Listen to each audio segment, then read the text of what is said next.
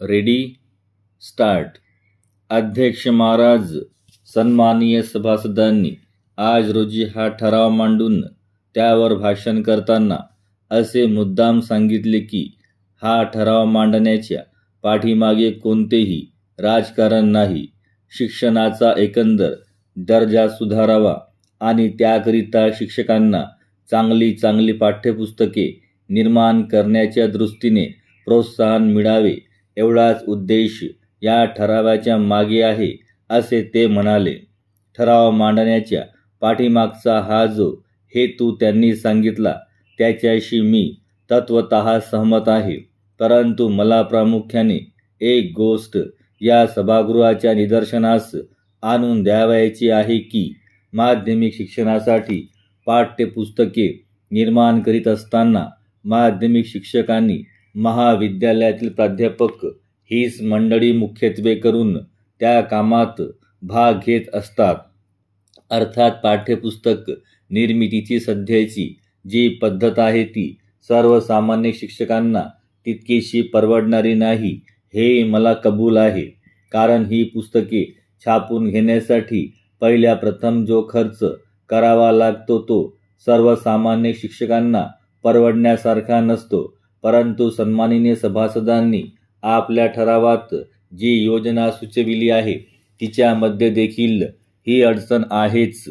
तेव्हा त्यांच्या या योजनेमुळे त्यांचा हेतू साध्य होईल असे मला काही वाटत नाही.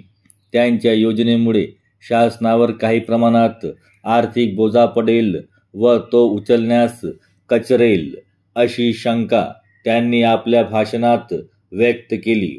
परंतु ही शंका त्यांनी कोणत्या कारणामुळे आली हे मला तरी खरोखर समजत नाही. सध्या सरकार शिक्षणावर फार मोठ्या प्रमाणात पैसा खर्च करीत आहे आणि शिक्षणासारख्या कल्याणकारी कामासाठी आणखी काही खर्च करावा लागला तरी तो करण्यास हे सरकार कधीच मागे पुढे पाहणार नाही. नामदार अर्थमंत्री माझ्या बाजूलाच बसले आहेत आणि ते माझ्या म्हणण्याला पुष्टी देत आहेत असे मला वाटते. तेव्हा प्रश्न खर्चाचा नसून ठरावात नमूद केलेल्या योजनेमुळे त्यांच्या मनातील आणि त्याचबरोबर सरकारच्याही हेतू साध्य होऊ शकेल किंवा नाही हा आहे.